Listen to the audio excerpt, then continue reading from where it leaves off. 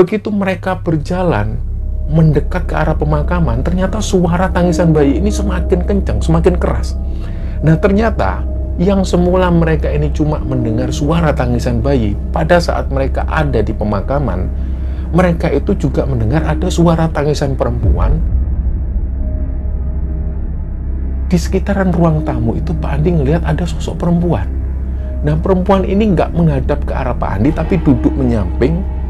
Dan si perempuan ini sambil nangis ngomong ke Pak Andi, "Pak, tolong Pak, saya dimakamkan satu lahat sama bayi saya, Pak."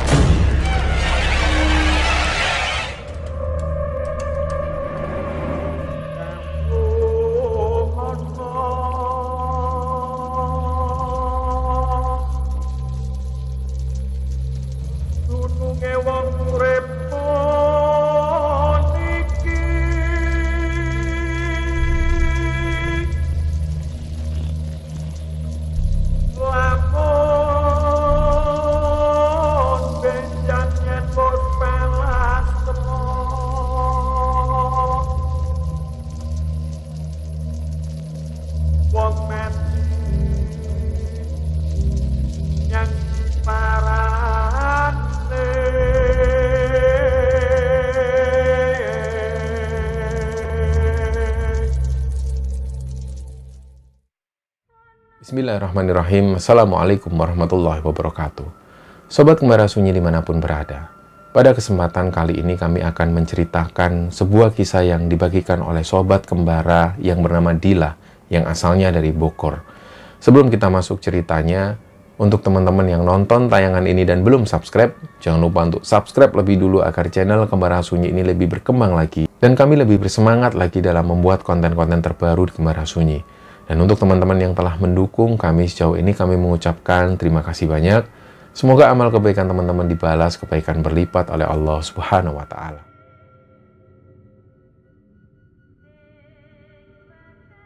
Ya, untuk cerita kali ini, cerita ini dikirim oleh Sobat Kembara yang bernama Dila. Jadi Dila ini dulu lahir dan tinggal di Kabupaten Bogor, tepatnya di sebuah desa di daerah Gunung Malang. Tapi untuk saat ini, Dila sudah tinggal di daerah Jawa Tengah bersama keluarganya. Dia sudah mempunyai 1 orang putri, karena pada saat itu Dila ini mempunyai istri orang Jawa Tengah. Nah, pada saat Dila menceritakan ini, dia ingin menceritakan lagi kejadian yang dulu pernah sempat gempar di kampungnya. Kejadian ini terjadi di sekitaran tahun 2008, di mana pada saat itu dia masih duduk di bangku kelas 2 SMP. Jadi perlu diketahui teman-teman bahwa di desa di tempatnya Dila berada itu desanya sangat terpencil sekali. Lokasinya ada di pelosok dan lokasinya ada di pegunungan. Jadi kalau seseorang ini mau berobat atau mau menuju ke klinik, maka dia harus naik angkutan umum dan diperlukan waktu sekitar 1-1,5 jam. Dan selain daripada itu, angkutan-angkutan umum ini hanya sampai sekitar jam 5 sore. Selebihnya nggak ada lagi angkutan umum. Jadi bisa dibayangkan pada saat itu, ketika ada orang yang sakit atau ketika ada orang yang mau melahirkan, maka sangat susah sekali. Jadi disinilah akhirnya peran seorang dukun beranak ini sangat dibutuhkan sekali. Nah, kita sebut ada seorang dukun beranak. Biasanya orang-orang sana ini memanggil beliau dengan panggilan Mak Berang. Mak Berang ini sangat terkenal sekali, bahkan sampai hari ini beliau masih ada dan profesinya masih sebagai seorang dukun beranak. Jadi waktu itu ada tetangga Dila ini yang namanya Bumina.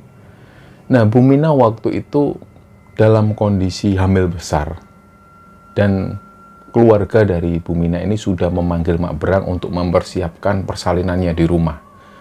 Kondisi waktu itu sekitar jam 4 sore. Nah, pada saat itu menjelang maghrib, tiba-tiba Bumina itu teriak keras. Beliau itu teriak kesakitan sampai-sampai suami Bumina ini juga khawatir. Ternyata pada saat itu tanpa diketahui, karena mungkin kondisi medis dan lain sebagainya, Mak Berang ini bilang, ini air ketubannya sudah pecah. Nah, waktu itu Bu Mina kondisinya semakin lemes. Dan setelah dicek, ternyata Bu Mina ini sudah meninggal. Barulah dari situ Mak Berang bilang ke suami Bu Mina ini, sebentar saya mau keluarkan janinnya dulu. Nah, begitu janin ini dikeluarkan, ternyata bayi yang ada dalam kandungan itu sudah meninggal lebih dulu. Kondisinya sudah pucat membiru, dan mereka menyimpulkan pada akhirnya sebelum Bu Mina ini meninggal, bayinya sudah meninggal dulu dalam kandungan. Dari situlah akhirnya suami Bu Mina itu teriak histeris. Karena bagaimanapun juga ini adalah calon anak pertamanya. Dan pada saat bersamaan dia harus kehilangan calon anak pertamanya dan juga istrinya. Di situ dia teriak kenceng histeris, dia nggak tahu, bingung harus ngapain. Untung waktu itu banyak orang kampung ini yang menenangkan. Dan pada saat itu Pak RT datang ke sana, beliau juga berusaha menenangkan. Akhirnya selepas maghrib, semua orang berkumpul di sana untuk menyiapkan keperluan-keperluan jenazah. Nah, keesokan harinya, barulah Dila ini dimintain tolong sama Pak RT. Dia sengaja dipanggil dan Dila menuju ke rumah Pak RT dengan salah satu orang sepupunya. Dia datang ke sana, ternyata Pak RT ini minta tolong untuk segera ke makam, menanyakan semua kesiapannya. Apakah liang lahat ini sudah disiapkan? Dan waktu itu ada satu orang yang dituakan, yang sering kali mengurusi pemakaman jenazah dan lain sebagainya. Beliau ini namanya Pak Andi. Pak Andi juga dipanggil oleh Pak RT. Pak Andi diperintahkan Pak RT untuk menyiapkan liang lahat untuk memakamkan Bu Mina dan juga bayinya ini. Akhirnya Dila dan juga sepupunya ini menuju ke pemakaman. Di situ sudah ada 3 orang penggali kubur. Jadi pada akhirnya 3 orang penggali kubur ini beserta Pak Andi mulai mengukur liang lahat. Nah, Pak Andi berdasarkan informasi dari keluarga dari Bu Mina dan juga informasi dari Pak RT, Pak Andi ini disuruh mempersiapkan 2 liang lahat. 1 untuk Bu Mina dan juga 1 untuk bayinya ini. Mulailah akhirnya digali. Nah, sekitar jam 11 siang, jenazah Bu Mina dan bayinya ini datang.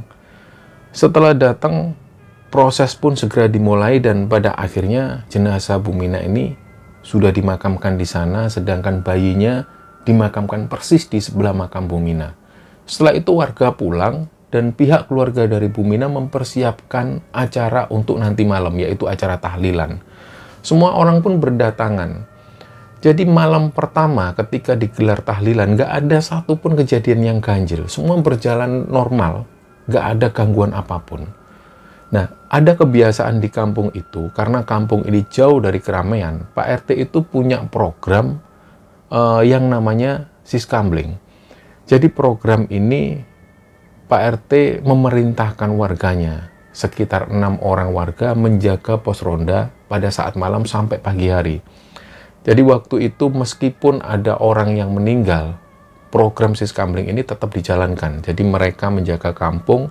Umumnya mereka ini adalah bapak-bapak yang jaga di pos Kambling sampai pagi hari. Nah, di hari kedua, pada saat digelar tahlilan juga berjalan normal. Nggak ada gangguan apapun. Ternyata malam harinya, pas waktu warga ini jaga di pos Kambling, tiba-tiba ada 1 orang yang lebih dulu mengawali. Nah, 1 orang ini mendengar ada suara tangisan bayi. Akhirnya waktu itu yang mereka lagi asik ngobrol, tiba-tiba terdiam. Akhirnya tanpa dikomando, mereka itu saling tatap satu sama lain. Mereka ternyata semuanya mendengar ada suara tangisan bayi. Dari situlah pada akhirnya mereka ini mencari sumber suara. Begitu mereka berjalan, mendekat ke arah pemakaman, ternyata suara tangisan bayi ini semakin kencang, semakin keras. Nah, ternyata yang semula mereka ini cuma mendengar suara tangisan bayi, pada saat mereka ada di pemakaman, mereka itu juga mendengar ada suara tangisan perempuan, dan gak hanya itu, suara tangisan perempuan ini juga diiringi suara minta tolong. Warga yang tadinya ini jaga di pos Kambling akhirnya bubar satu persatu. Setelah kejadian itu, mereka ini lapor ke Pak RT. Pak RT lapor, Pak RT, ada apa? Semalam kami mendengar ada suara tangisan bayi, Pak. Di mana? Di pemakaman, Pak. Setelah itu, setelah kami cek, ternyata ada suara perempuan yang minta tolong. Nah, di situ Pak RT ini juga agak bertanya-tanya. Ini benar ini, bisa dipastikan. Iya Pak RT, yang mendengar itu kami semua yang jaga di pos Kambling. Nah setelah Pak RT mendengar kesaksian dari orang-orang ini, Pak RT belum memutuskan sesuatu. Jadi hari ini dilalui sampai sekitar 4 hari. Di hari keempat digelar tahlilan. Tahlilan ini berjalan normal. Tapi karena mereka pada saat menjaga di pos ronda itu sudah ditakuti suara-suara aneh, akhirnya di malam keempat itu, yang seharusnya pos ronda ini dijaga sekitar 6 orang, jadi pada saat itu hanya tinggal 3 orang. Nah, 3 orang ini tetap waspada. Ternyata benar, yang mereka takutkan ini benar-benar terjadi. Pas waktu 3 orang ini jaga malam-malam, tiba-tiba salah satu dari mereka ini dengar ada suara tangisan bayi. Nah, suara tangisan bayi ini jelas berasal dari pemakaman itu. Tapi mereka berusaha cuek. Mereka tetap ngobrol. Mereka berusaha mengabaikan suara tangisan bayi ini. Ternyata, gak lama setelah itu, suara tangisan bayi ini juga diselingi suara tangisan perempuan dan ada suara minta tolong. Tolong Pak, tolong Pak. Suaranya nangis dan minta tolong terus seperti itu. Nah, karena 3 orang ini tetap bertahan, mereka terus mengabaikan. Jadi suara tangisan ini berlangsung sampai semalam suntuk. Sampai adzan subuh ini berkumandang, barulah suara tangisan ini pun berhenti. Dan ternyata, di lain cerita, Pak Andi itu mempunyai pengalaman mistis sendiri. Di malam keempat itu, ketika Pak Andi ini ada di rumah, Pak Andi itu antara sadar dan gak sadar, beliau itu mendengar ada suara tangisan bayi awalnya. Akhirnya Pak Andi ini bangun, dia mencari sumber suara tangisan bayi ini. Kok ada suara bayi nangis? Nah, waktu itu Pak Andi merasa kondisinya ini seperti sadar nggak sadar, bukan mimpi. Akhirnya Pak Andi keluar dari kamar, dicarilah sumber suara ini dari mana. Ternyata di sekitaran ruang tamu itu Pak Andi ngelihat ada sosok perempuan. Nah, perempuan ini nggak menghadap ke arah Pak Andi, tapi duduk menyamping. Dan si perempuan ini sambil nangis ngomong ke Pak Andi, Pak, tolong Pak, saya dimakamkan satu lahat sama bayi saya Pak. Setelah itu wujud sosok perempuan ini menghilang dengan sendirinya. Dari situlah Pak Andi ini langsung tersadar. Setelah Pak Andi sadar, dia balik ke kamar. Akhirnya beliau nggak bisa tidur. Beliau ini gelisah. Apa mungkin yang dilihat Pak Andi ini adalah wujud dari Bu Mina? Pak Andi masih bertanya-tanya. Akhirnya karena nggak nyaman sampai pagi hari. Di pagi hari itu Pak Andi menceritakan hal ini ke beberapa orang tetangga. Sampai pada akhirnya ternyata Pak Andi baru tahu beberapa tetangga ini juga mengalami hal yang hampir mirip dengan yang dialami Pak Andi. Jadi pas Pak Andi cerita, ada salah satu tetangganya yang juga ngomong, loh Pak Andi, kok yang dialami Pak Andi ini hampir sama ya? Kayak Pak Budi. Ah masa iya Pak? Iya coba tanya ke Pak Budi. Ternyata mereka semua mengkonfirmasi hal ini ke Pak Budi. Pak Budi juga cerita hal yang sama. Dan pada saat Pak Budi cerita hal ini, ada lagi beberapa tetangga yang juga ngomong, loh Pak, sama Pak, saya juga hampir sama ngalami kejadian yang seperti itu. Memang nggak mirip, tapi mereka semua ini mengaku bahwa pada malam itu, mereka ini didatengin sosok perempuan dan dia ini minta tolong supaya liang lahatnya digabung dengan bayinya, jangan dipisah. Akhirnya mereka semua menyimpulkan, jangan-jangan ini adalah arwah dari Bu Mina. Tapi di beberapa orang yang ada di sana, mereka nggak percaya bahwa itu arwah. Mereka bertanya-tanya karena mereka nggak ahli dalam hal seperti ini. Akhirnya mereka bersepakat untuk menceritakan hal ini ke Pak RT. Dan setelah mereka semua cerita ke Pak RT akhirnya punya inisiatif, beliau memanggil orang yang berkompeten dalam hal ini. Dipanggillah seorang ustadz dari desa seberang. Ketika sang ustadz ini datang, semua warga cerita. Mereka semua menceritakan hal ini bahwa mereka mengaku didatengin sosok perempuan yang pada saat sosok perempuan ini datang, dia selalu dalam keadaan menangis dan minta tolong. Dan setiap kali dia minta tolong, dia selalu minta tolong supaya liang lahatnya ini disatukan dengan liang lahat anaknya itu. Nah, sang ustadz akhirnya tanya lagi ke warga. Gimana pendapat keluarganya gimana? Lebih baik hal ini diutarakan dulu ke keluarganya. Kalau nanti keluarganya ini setuju, liang lahat bayi dan juga ibunya ini disatukan, nggak masalah, kita gabungkan liang lahatnya. Akhirnya Pak RT pun menuju ke rumah suami Bu Mina. Disinilah Pak RT membicarakan hal ini dengan suami Bu Mina.